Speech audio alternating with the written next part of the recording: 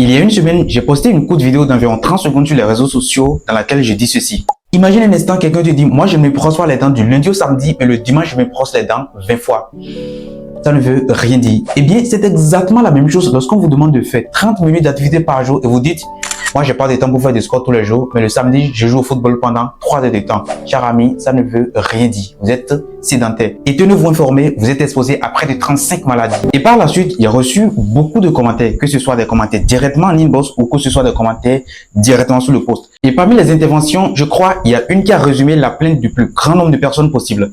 C'est ce monsieur qui a dit, c'est pas par plaisir, les gens surtout, les fonctionnaires ne font pas du sport. Tu te réveilles à 7h pour aller au service, tu descends à 19h ou 20h tout fatigué. À quel moment tu trouves pour faire 30 minutes de sport par jour? Le problème, c'est pas les gens, mais les conditions. Surtout, ne me dis pas de me réveiller toujours à 5h ou 6h parce que même se réveiller à 7h n'est déjà pas facile. Merci. Et à partir de cet instant, j'ai compris deux éventualités. La première éventualité, c'est que soit les gens veulent être physiquement actifs, c'est-à-dire pratiquer les 30 minutes d'activité physique régulière recommandées, mais malheureusement, à cause de leur temps, à cause de leur agenda, à cause de leur emploi du temps vraiment débordé, ils n'ont véritablement pas le temps de pouvoir être physiquement actifs. Et la deuxième éventualité, c'est qu'ils ne veulent du tout pas pratiquer les 30 minutes d'activité physique régulière recommandées. Et comme rappel, je n'ai jamais parlé de sport, j'ai toujours parlé d'activité physique. Et donc, ils ne veulent pas être physiquement actifs et ils essayent de trouver une excuse derrière laquelle se cacher. Et si donc tu fais partie de la première alternative, c'est-à-dire tu veux être physiquement actif, tu veux pratiquer les 30 minutes d'activité physique régulière recommandées, mais malheureusement à cause de ton agenda très débordé, à cause de ton emploi du temps vraiment surchargé, tu n'as donc véritablement pas le temps de pouvoir être physiquement actif parce que le simple fait d'être sédentaire, le simple fait de ne pas pratiquer une activité physique d'intensité modérée pendant environ 30 minutes par jour et ça de façon continue nous expose à plus de 36 maladies, voire 36. Il s'agit des AVC, des problèmes cardiovasculaires, des problèmes d'infarctus, des problèmes de diabète, des problèmes d'obésité, des problèmes de dépression, bref, plus de 35 à 36 maladies auxquelles le simple fait de ne pas être physiquement actif, le simple fait d'être sédentaire nous expose. Et donc, dans cette vidéo, j'ai essayé de résumer 10 alternatives, 10 solutions très simples qui vous permettent d'avoir les mêmes effets santé recherchés et parfois même mieux lorsque vous n'avez véritablement pas donc le temps d'être physiquement actif. Bonjour et bienvenue dans cette nouvelle vidéo. J'espère que vous allez super bien. Moi, c'est Gaston Dionou pour ceux qui ne me connaissent pas. Je suis inspecteur de la santé sanitaire, infirmier diplômé d'État. Si vous êtes nouveau sur la chaîne, n'hésitez pas à vous abonner et surtout à activer la cloche de notification pour faire partie de cette belle communauté engagée autour de bonnes pratiques en matière de santé. Et si vous êtes encore beaucoup plus sympa, vous me laissez un pouce bleu et on est parti. Et la première alternative qui vous permet rapidement lorsque vous avez un emploi du temps très chargé, vous êtes vraiment occupé et vous n'avez donc pas le temps de pouvoir faire les 30 minutes d'activité physique régulière recommandée chaque jour, c'est de faire ce qu'on appelle fractionner 3 fois 10 minutes. Je donne l'exemple typique d'un étudiant. Un étudiant qui doit se lever par exemple le matin à 6h pour s'apprêter pour les cours, 6h ou 7h, ça dépend, peu importe l'heure à laquelle il va s'apprêter pour les classes. Il va se lever comme d'habitude, il n'y a pas de différence. Seulement, il va essayer de réserver 10 minutes pour faire quelques étirements.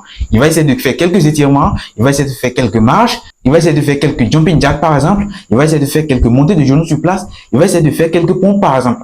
L'objectif, c'est de pratiquer ces courtes séances d'intensité un peu plus modérées pendant environ 10 minutes. Et donc, lorsque vous faites 10 minutes dans la matinée, dans l'après-midi, qu'est-ce qu'il faut faire? L'heure de pause sonne. Au lieu de rester en salle, commencez à scroller sur Internet.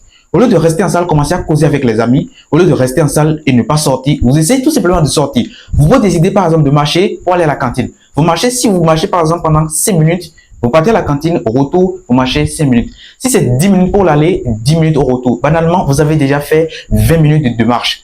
Et dans la soirée, lorsque vous sortez à 19h, qu'est-ce qu'il faut faire? Si par exemple, quelqu'un devait venir vous chercher à un point A par exemple, vous marchez sur une distance A plus 10 minutes. Si vous devez prendre par exemple devant la porte d'entrée de votre école par exemple, vous marchez désormais pendant 10 minutes avant de prendre le gym. Banalement, vous avez fait les 30 minutes et parfois même, vous pouvez déjà aller jusqu'à 40 voire 50 minutes pendant lesquelles vous êtes resté en mouvement. Et ça, sur le long terme, je vais vous garantir, les répercussions, elles sont non discutables. Et la deuxième alternative, lorsque vous n'avez véritablement pas le temps de pouvoir pratiquer les 30 minutes de façon continue à cause de votre agenda, à cause de la motivation et tout ce qui va avec, c'est de faire ce qu'on appelle les snacks avant repas. Très simple. Lorsque vous voulez manger, chaque fois avant de manger par exemple, vous essayez de faire de courtes séances d'intensité un peu plus avancées pendant 1 minute environ. Vous pouvez décider de faire par exemple quelques pompes.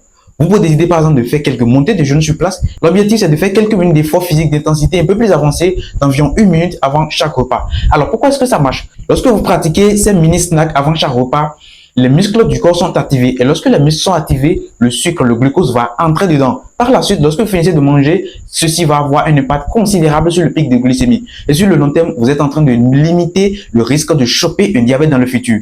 Et quand on parle du diabète aujourd'hui, c'est l'une des maladies les plus difficiles à supporter. Lorsque ça devient à un stade un peu plus avancé, par exemple, vous devez recevoir par exemple des médicaments ou recevoir des injections 2 à 3 fois parfois, 4 fois, et ça durant des mois, durant des années. Et parfois, lorsque vous ne respectez pas correctement le traitement et que la glycémie devient déséquilibrée, les conséquences, elles sont dévastatrices. On peut vous amputer facilement votre pied à cause du diabète parce que vous aurez chopé ce qu'on appelle la neuropathie diabétique. Les conséquences, elles sont énormes. Cette maladie seule peut agir sur vos yeux. On va parler de la rétinopathie diabétique. Cette maladie seule peut vous provoquer une insuffisance rénale. Cette maladie peut conduire à un infarctus du myocarde. Cette maladie seule peut conduire également à un AVC et bien beaucoup d'autres répercussions. Pour avoir cohabité avec des gens qui ont trimballé cette maladie, je vous garantis, les meilleures solutions sont toujours la prévention. Et la troisième alternative, c'est ce qu'on appelle le VILPA. C'est en anglais, ça veut dire tout simplement activité physique vigoureuse intermittente. Si par exemple, vous avez l'habitude de faire 8 minutes, vous avez l'habitude de mettre 8 minutes avant de quitter votre lieu de travail, de quitter votre salle de classe par exemple, avant d'aller à la toilette, vous allez décider désormais de faire 5 minutes.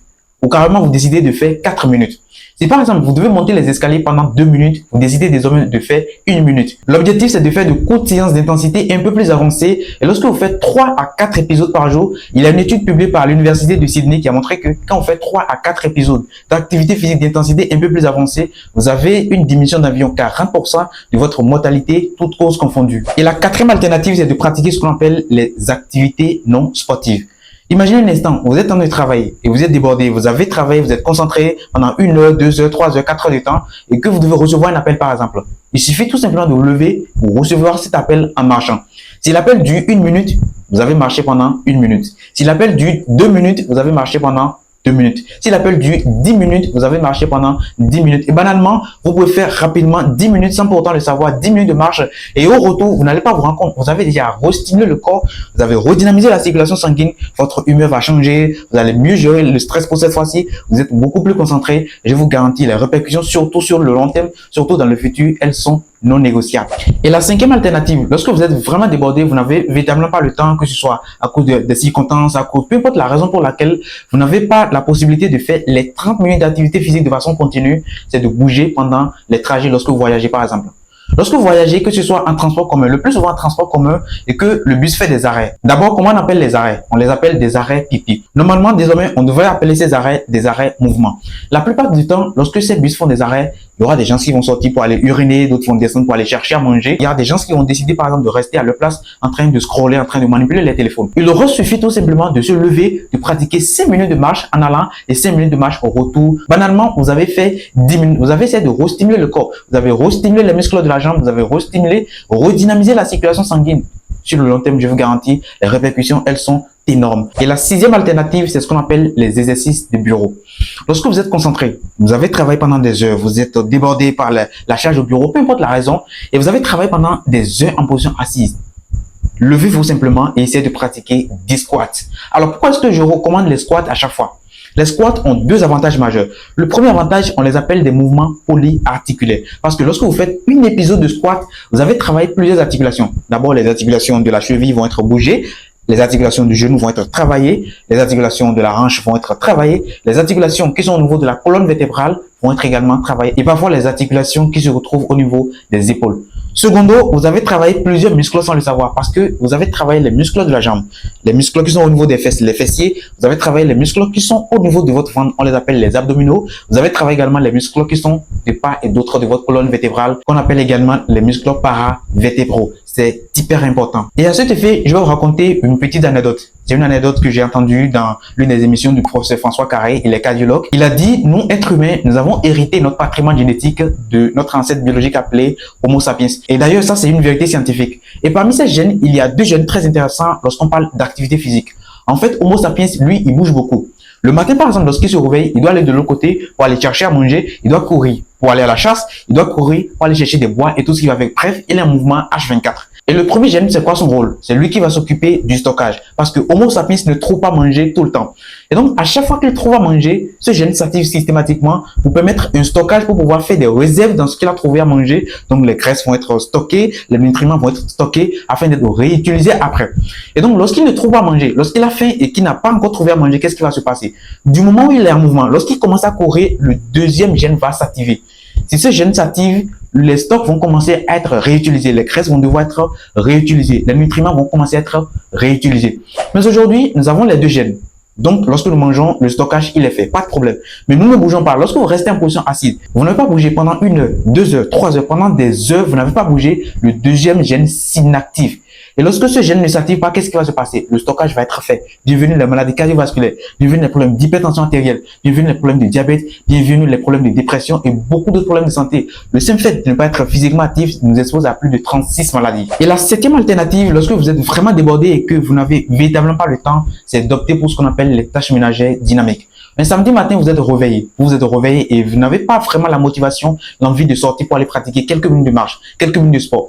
Il n'y a pas de problème. Vous décidez tout simplement de vous lever, vous balayez toute la maison. Ça peut durer 5 minutes, 8 minutes, 10 minutes par exemple. Vous décidez par exemple de nettoyer les vitres par exemple. Vous décidez d'aller de l'autre côté pour aller chercher de l'eau. Bref, vous essayez de pratiquer ces tâches ménagères dynamiques qui vous permettent d'être en mouvement, qui vous permettent de bouger, au lieu de rester sur le lit, scroller, manipuler votre téléphone jusqu'à midi, 13 heures sans pourtant ne rien faire. Le simple fait de ne pas être physiquement actif nous expose à énormément de maladies. Certes, ces problèmes peuvent ne pas être forcément sur le court terme, mais je vous garantis encore sur le long terme, elles sont dévastatrices les conséquences. Et la huitième astuce, la huitième alternative très simple, très facile qui vous permet d'avoir les mêmes effets recherchés lorsque vous devez pratiquer les 30 minutes d'activité de façon régulière et que vous n'avez pas le temps, c'est de faire ce qu'on appelle les gamifications et défis. Aujourd'hui, il y a beaucoup d'applications qui sont disponibles qui vous permettent rapidement de compter le nombre de pas que vous avez effectués par jour.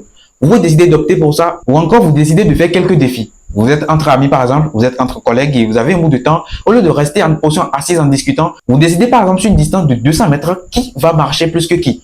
Vous essayez de pratiquer ces petits défis. Aujourd'hui, c'est moi le premier.